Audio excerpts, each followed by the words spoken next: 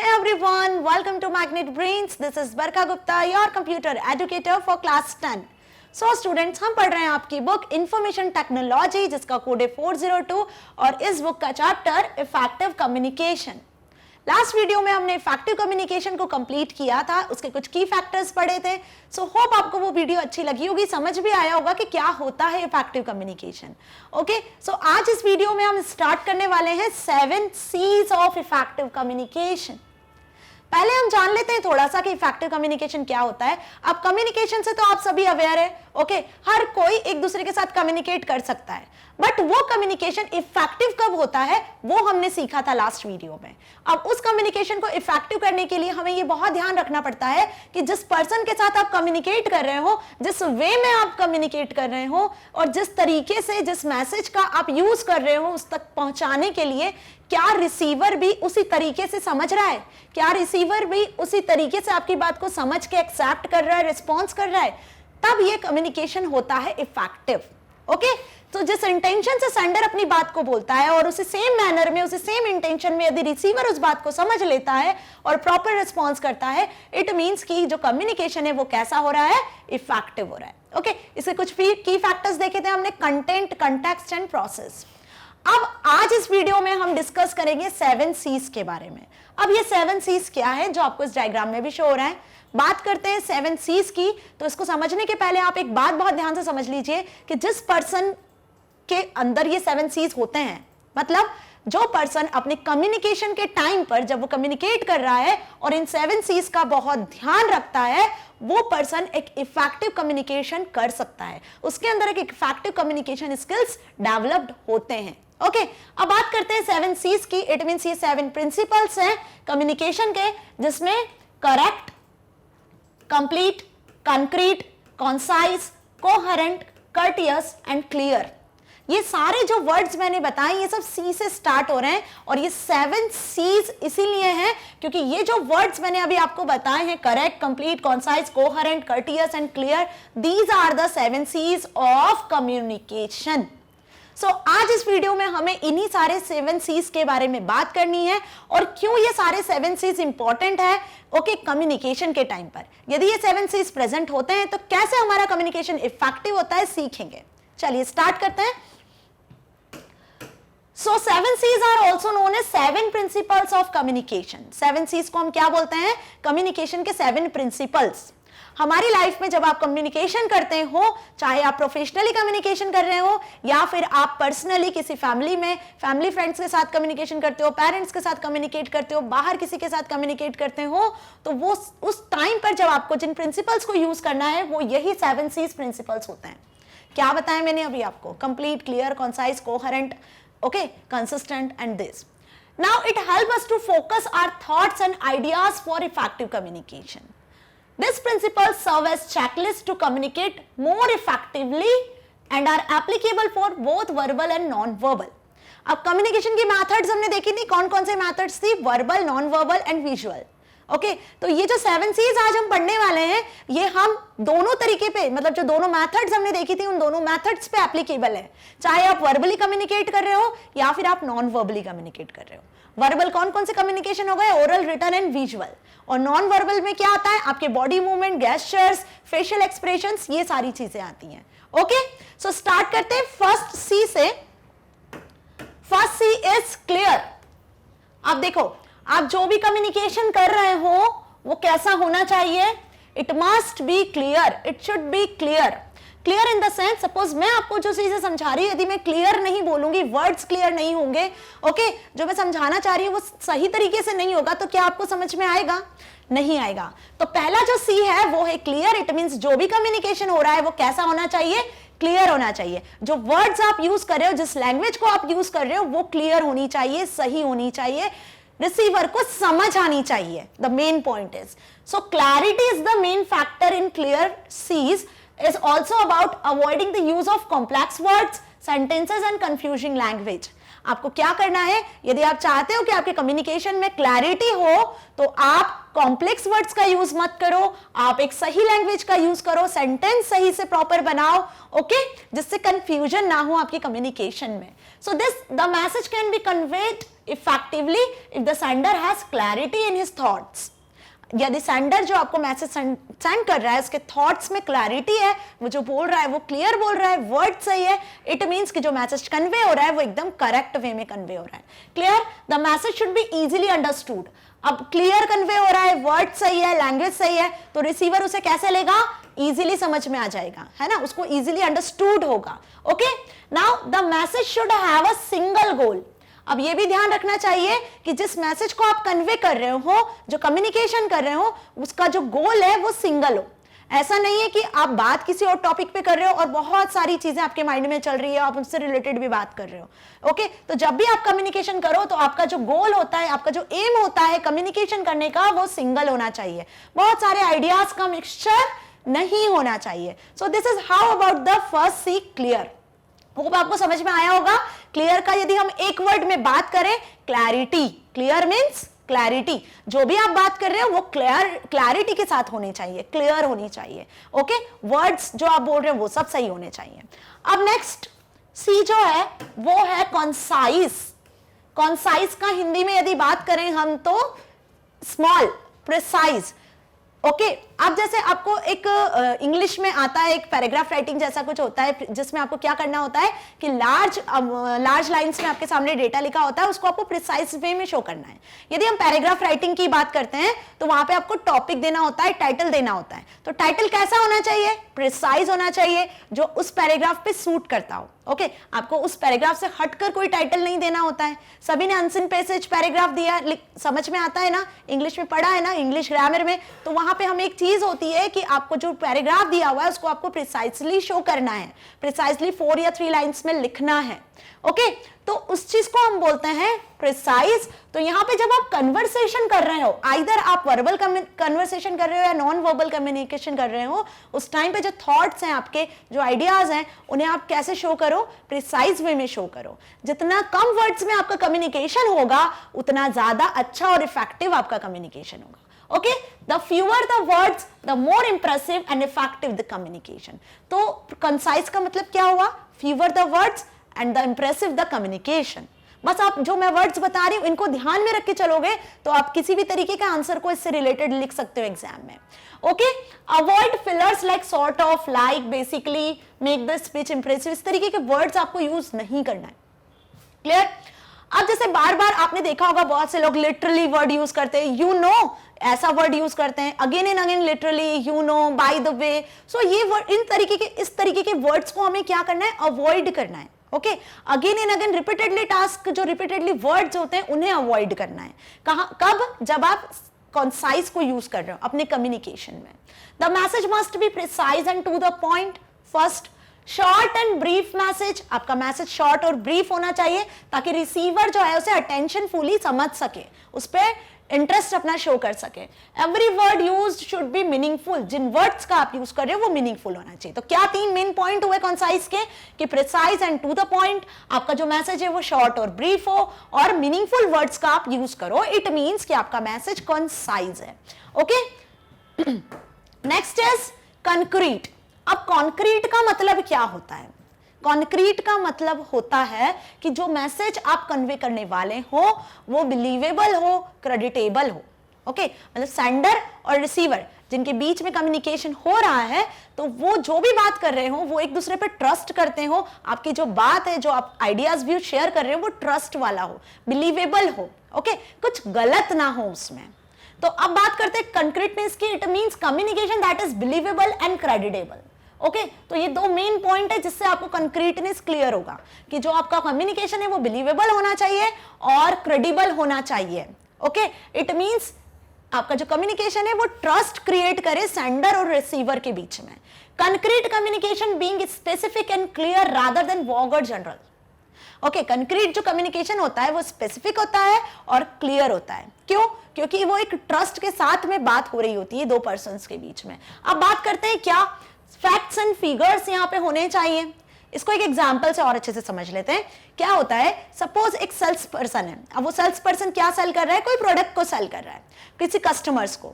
जब वो अपने प्रोडक्ट की डिटेल किसी कस्टमर्स को शो करता है कि ये प्रोडक्ट है, इसमें ये सारे फीचर्स हैं, ये सारी चीजें हैं, तो उस सेल्स पर्सन के पास में इतनी सारी चीजें होनी चाहिए कि जो वो बता रहा है उसके फैक्ट्स और फिगर्स उसके पास में हो, है ना, कि मतलब उसका प्रूफ उसके पास में हो, वो पूरे ट्रस्ट के साथ उस प्रोडक्ट को इंट्रोड्यूस कर रहा है कस्टमर्स के सामने।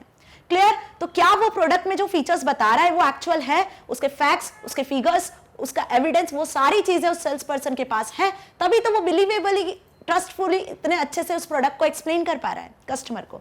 तो समझ में आया कि जिस भी तरीके से आप क्या करते हो, कम्युनिकेशन करते हो, तो जब आप कम्युनिकेशन कर रहे हो तो उसमें कंक्रीटनेस होनी चाहिए। कंक्रीटनेस मतलब आपका जो कम्युनिकेशन है वो फैक्ट्स फिगर्स के साथ होना चाहिए, ताकि रिसीवर के माइंड में कोई भी डाउट हो तो वो क्या कर सके, क्लियर कर सके। ओके, अब सपोज कस्टमर के पास कोई सा भी डाउट होगा उस प्रोडक्ट से लेकर, प्राइस से लेकर, या जो भी उसके अंदर मटेरियल इंग्रेडिएंट्स यूज हुए उससे लेकर, तो वो क्या कर सकता है, जो कस्टमर है वो उसको फुलफिल कर सकते हैं। ओके, कैसे? क्योंकि सेल्समैन के पास क्या है, प्रॉपर उसका फैक्ट है, उसका एविडेंस है, वो उसको शो कर सकता है, जिससे रिसीवर के माइंड में कोई भी डाउट होगा तो वो क्लियर हो जाएगा।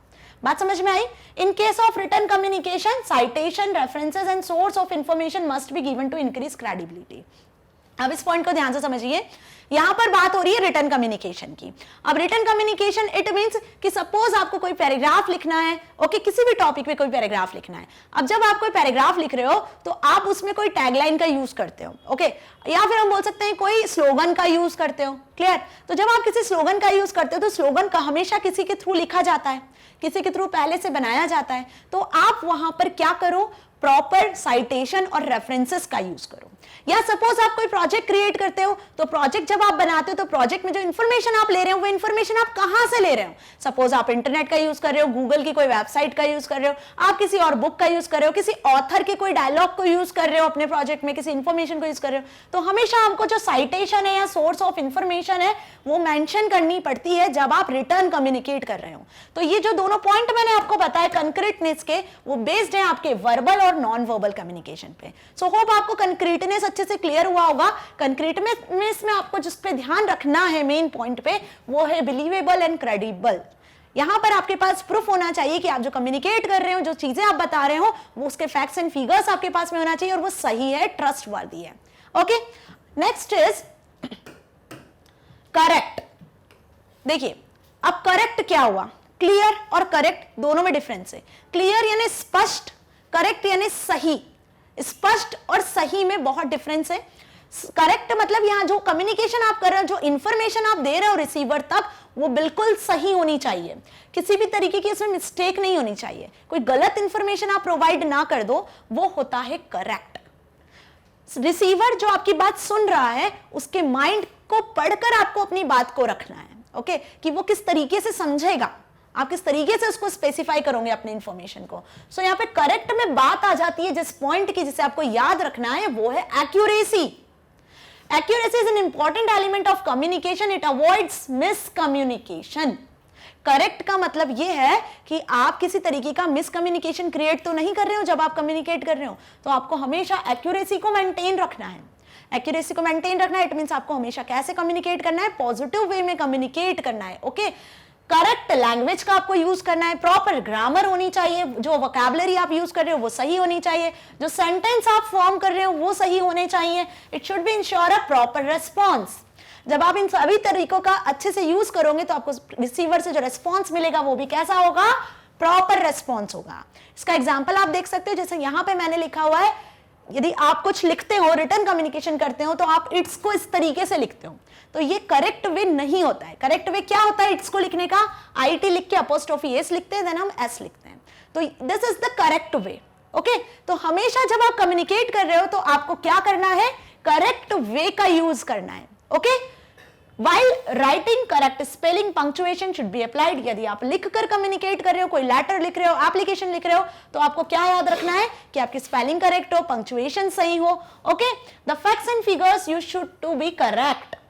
जो फैक्ट्स एंड फिगर्स आप यूज कर रहे हो कम्युनिकेशन के टाइम पे, वो भी एक्यूरेट और करेक्ट होने चाहिए।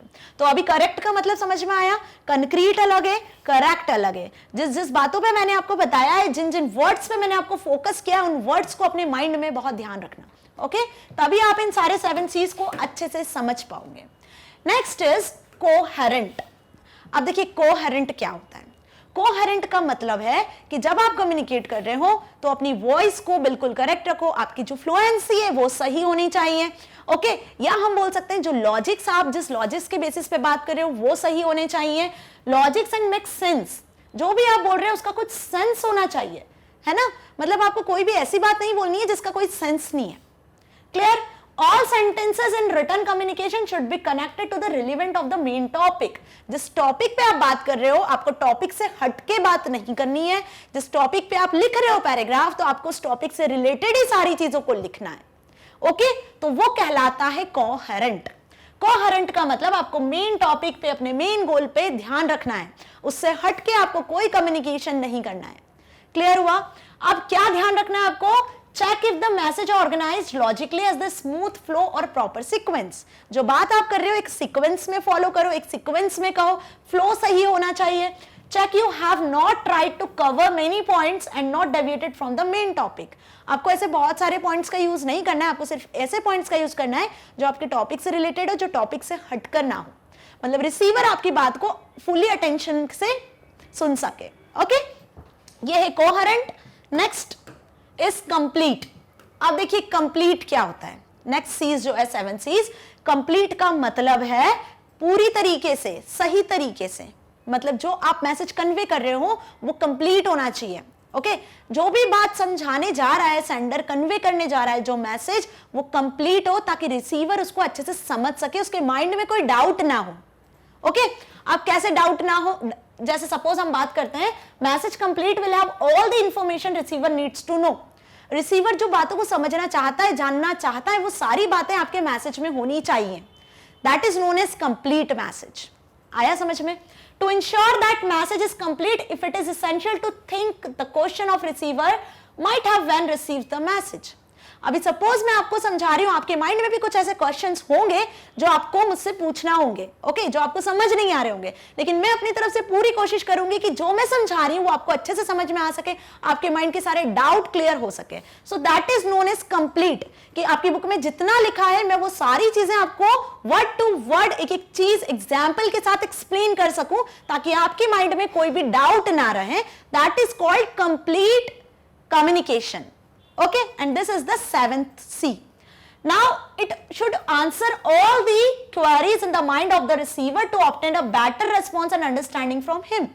अब क्या होगा जब आप रिसीवर के माइंड के अकॉर्डिंग, कि उसके माइंड में कोई डाउट ना रहे, ऐसा कम्युनिकेशन कर दोगे, सारे उसके डाउट्स क्लियर कर दोगे, तो रिसीवर क्या करेगा, उसको अच्छे से समझ सकता है उस बात को और आपको एक बेटर रिस्पॉन्स रिटर्न करता है। Usually in formal communication sender is required to convey what action needs to be taken by the receiver. अब यदि हम फॉर्मल कम्युनिकेशन की बात करते हैं, सपोज आप कोई ईमेल सेंड कर रहे हो, क्या सेंड कर रहे हो, ईमेल सेंड कर रहे हो, आपको अपना रिज्यूमे सेंड करना है। ओके, तो अब आपने ईमेल में जहां सब्जेक्ट होता है वहां बहुत सारी डिटेल लिख दी, अच्छे से ईमेल को कंपोज कर दिया, लेकिन जब आप अपना रिज्यूमे अटैच नहीं करोगे तो वो जो कम्युनिकेशन होगा वो इम्प्रॉपर होगा, इनएफिशिएंट होगा। मतलब आप जब भी कम्युनिकेट करते हो, आइदर फॉर्मली इनफॉर्मली, आप प्रॉपर कम्युनिकेट करो, हर चीज को अटैच करो। यदि ईमेल की बात करते हैं तो आपको प्रॉपर अटैचमेंट को लगाना चाहिए ताकि आपका कम्युनिकेशन जो है वो इफेक्टिव हो सके। तो बात समझ में आई कंप्लीट की? क्या हुआ कंप्लीट में, क्या सीखा हमने कि जो मैसेज आपका है वो कैसा होना चाहिए, कंप्लीट होना चाहिए। ओके, रिसीवर के माइंड में कोई भी डाउट नहीं होना चाहिए, और जो डाउट होते हैं तो उसे आपको क्लियर करना चाहिए। Now last is courteous. अब कर्टियस का मतलब आप सभी को पता है, हम बहुत स्टार्टिंग से पढ़ते आ रहे, पोलाइट। क्या होता है कर्टियस का मतलब? पोलाइट। जब आप किसी से बात कर रहे हो, चाहे फैमिली मेंबर्स हो, चाहे फ्रेंड हो, या कोई स्ट्रेंजर पर्सन हो, या कोई भी हो जिससे भी आप बात करते हो, चाहे पर्सनल हो या प्रोफेशनल हो, आपको हमेशा किस तरीके की लैंग्वेज को यूज करना है? आपको हमेशा पोलाइट वे में बात करनी है, कर्टियस वे में बात करनी है। So last C is courteous. Okay, the message should convey respect of the for the receiver. आप हमेशा रिसीवर की रिस्पेक्ट करो और उसके अकॉर्डिंग अपनी बात को कन्वे करो, अपने मैसेज को कन्वे करो। The feelings and views of the receiver along with this knowledge, experience and age must be consider. यहाँ पे आपको क्या कंसीडर करना है? रिसीवर की फीलिंग्स, जो इस तरीके से वो समझना चाह रहा है, उसके इमोशंस, एक्सपीरियंस, नॉलेज, इन सारी चीजों को आपको ध्यान में रखकर कम्युनिकेशन करना चाहिए। Okay, one must be sensitive to the culture and background of the receiver. अब देखो यहाँ पे कल्चरल बैकग्राउंड भी हर पर्सन के अलग अलग होते हैं। जब हमने कम्युनिकेशन बैरियर देखा था तो वहां एक बैरियर हमने ये भी देखा था, कल्चरल बैकग्राउंड। ओके, कि हर पर्सन का अलग अलग कल्चरल बैकग्राउंड होता है, तो उसको भी ध्यान में रखकर हमें कम्युनिकेट करना होता है। कभी कभी ऐसा होता है कि रिसीवर आपकी बात को नहीं समझ रहा है, बहुत एंग्री मूड में आ जाता है और वो आपकी बात को नहीं समझता है। एट दैट टाइम आपको उसकी रिस्पेक्ट करना है और उसको जितना पोलाइट वे में आप समझा सकते हो, आपको अपनी बात को उसे समझाना है। Okay, so if you disagree with the receiver, यदि आप कभी रिसीवर से डिसएग्री भी होते हो, then it is essential for to understand and respect the point of view. आप जिस पॉइंट ऑफ व्यू से समझा रहे हो उसको, वो उसका रिस्पेक्ट करना आपको बहुत जरूरी होता है। तो बात समझ में आई कर्टियस की? कुल मिलाकर बात यह है कि हमेशा अपना जो एटीट्यूड है वो पॉजिटिव रखना चाहिए। जिस भी तरीके से आप कम्युनिकेट कर रहे हो वो कम्युनिकेशन हमेशा पोलाइट वे में होना चाहिए। Okay, next is benefits. देखो अभी मैंने आपको पूरे 7 C's समझाए। इन 7 C's में आपको क्या प्रॉब्लम है, कुछ समझ नहीं आया हो, कोई डाउट हो तो आप कमेंट बॉक्स में लिखें। और अब इन 7 C's को जब आप यूज कर लेते हो, इन 7 C's को अपने कम्युनिकेशन में यूज करते हो, तो एक इफेक्टिव कम्युनिकेशन से आपको क्या फायदे होते हैं? क्या फायदे होते हैं? सबसे पहला फायदा यह है, बेनिफिट यह है कि कम्युनिकेशन जो है आपका मिसअंडरस्टैंडिंग को रिड्यूस करता है। जब आप एक इफेक्टिव कम्युनिकेशन कर रहे हो तो क्या होगा कि जो मिसअंडरस्टैंडिंग होगी वो कम होगी। ओके, और हम क्या बोल सकते हैं कि आप जो भी इंफॉर्मेशन है आपकी, यदि वो ओवरलुक हो रही हो तो बच सकती है उससे। नाउ टाइम सेव होता है, क्यों? क्योंकि आप एक्यूरेट इंफॉर्मेशन प्रोवाइड कर रहे हो। कैसी information? Accurate, concise, point two point. जब आप इस तरीके की इंफॉर्मेशन प्रोवाइड करोगे तो आपका टाइम बचेगा, मिसअंडरस्टैंडिंग होने से बचेगी। ओके, सो ये 2 हुए benefit. Next is effective communication allows the people involve to build trust. अब जब कम्युनिकेशन आपका इफेक्टिव है, आप सारे 7 C's को फॉलो कर रहे हो, इट मींस आप क्या कर रहे हो, सेंडर और रिसीवर के बीच में क्या बिल्ड हो रहा है? एक ट्रस्ट बिल्ड हो रहा है। ओके, और निगेटिव इमोशंस हमेशा क्या होंगे? रिड्यूस होंगे। Clear? Effective communication increases self respect. Self respect भी इंक्रीज होता है कब? जब आप किसी के साथ में इफेक्टिवली कम्युनिकेट करते हो, आप उस हर 7 C's को यूज करते हो जो मैंने अभी आपको पढ़ाए। आप जो भी मैसेज है उसको कॉन्फिडेंटली डिलीवर करते हो। Okay, however the most significant benefit of using effective communication techniques that it improves our relationship with others।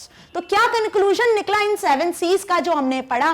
क्या बेनिफिट्स थे जो हमने देखे? हमने ये कंक्लूजन किया है इस बात का कि जो 7 C's हमने अभी देखे हैं, clear, concise, complete, courteous, correctness, okay, so ये सारी चीजें कैसी होनी चाहिए? हमारे कम्युनिकेशन में होनी चाहिए, तभी हमारा कम्युनिकेशन कैसा होगा? इफेक्टिव होगा। ओके, अब ये जरूरी नहीं है कि सभी पर्सन्स के अंदर ये सारे 7 C's हों। ओके, सो 7 C's आपके अंदर क्या है और ऐसे कौन से 7 C's हैं जो आपको इंप्रूव करना है? आप मुझे कमेंट बॉक्स में लिखकर बताइए कि आपके अंदर कौन से ऐसे 7 C's है जो बहुत गुड है, जिनकी वजह से आप गुड वे में कम्युनिकेट करते हो, या ऐसे कौन से C's है जिन्हें आपको इंप्रूव करने की जरूरत है।